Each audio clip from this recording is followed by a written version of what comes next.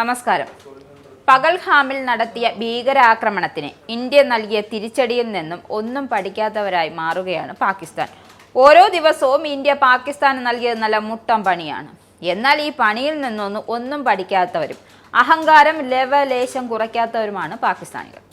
അപ്പോൾ അതാ ഉത്തർപ്രദേശിൽ നിന്നും പുറത്തു വരുന്നത് ഞെട്ടിക്കുന്ന വാർത്തകളാണ്.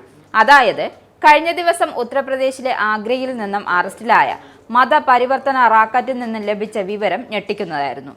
അറസ്റ്റിലായ മതപരിവർത്തന റാക്കറ്റിന് പാക് ഭീകരബന്ധം സ്ഥിരീകരിച്ചിരിക്കുകയാണ്.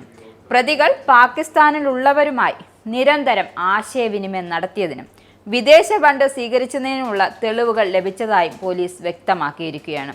ഇതുകൊണ്ടും തീരുന്നില്ല. പെൺകുട്ടികളെ വെട്ടിലാക്കി പ്രണയക്കെണി ഒരുക്കി അവരെ മതം മാറ്റി അവരിലൂടെ ഇന്ത്യയിൽ ഭീകരവാദം വളർത്താൻ ശ്രമിച്ചിരിക്കുന്നു. ആൺകുട്ടികളെ ബ്രെയിൻ വാഷ് ചെയ്താണ് മതപരിവർത്തനം നടത്തിയിരുന്നത്. ആഗ്രയിൽ പിടിയിലായ മതപരിവർത്തന റാക്കറ്റിലെ പ്രധാനിയായ അബ്ദുൾ റഹ്മാനെ ചോദ്യം ചെയ്തതിൽ നിന്നാണ് നിർണായകമായ ഈ വിവരങ്ങൾ ലഭിച്ചത്.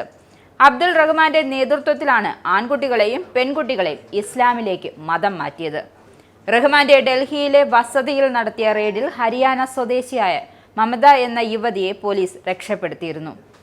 യുപിയിലെ റായ്ബറേലി, അലിഗഡ്, ഹരിയാനയിലെ റോത്തക്, ഡൽഹി, ഡെറാഡൂൺ എന്നീ പ്രദേശങ്ങൾ കേന്ദ്രീകരിച്ചാണ് മതപരിവർത്തനം നടന്നത്. പാക് യുവാക്കളെ ഉപയോഗിച്ച് പ്രണയം നടിച്ച് പ്രലോഭിപ്പിച്ചും വിവാഹ വാഗ്ദാനം ചെയ്തുമാണ് പെൺകുട്ടികളെ മതം മാറ്റിയത്.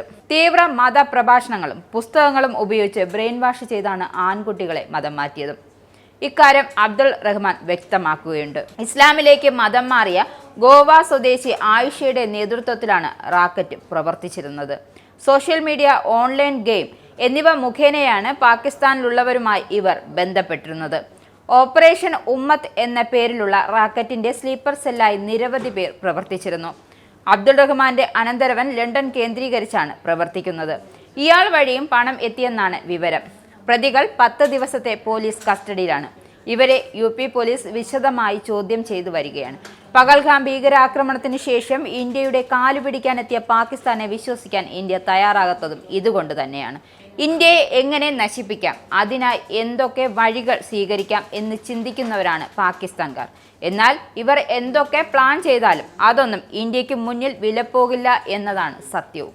ഇസ്രായേലിന്റെ 5 സൈനിക താവളങ്ങളിൽ കനത്ത നാശനഷ്ടം. മോദി വെളിപ്പെടുത്തുന്ന ഇന്ത്യയുടെ വികസനത്തിന്റെ മയക്കുമരുന്ന് വിൽപ്പനയ്ക്കെതിരെ ശക്തമായ നടപടിയെടുത്ത് ഷാർജ പോലീസ്. അമേരിക്കയിലെ സാധാരണ മനുഷ്യരോട് കൂടിയാണ് കോൺഗ്രസിനുള്ളിൽ പങ്കുവയ്ക്കാൻ ഓപ്പറേഷൻ സിന്ദൂറിൽ ഉപയോഗിച്ച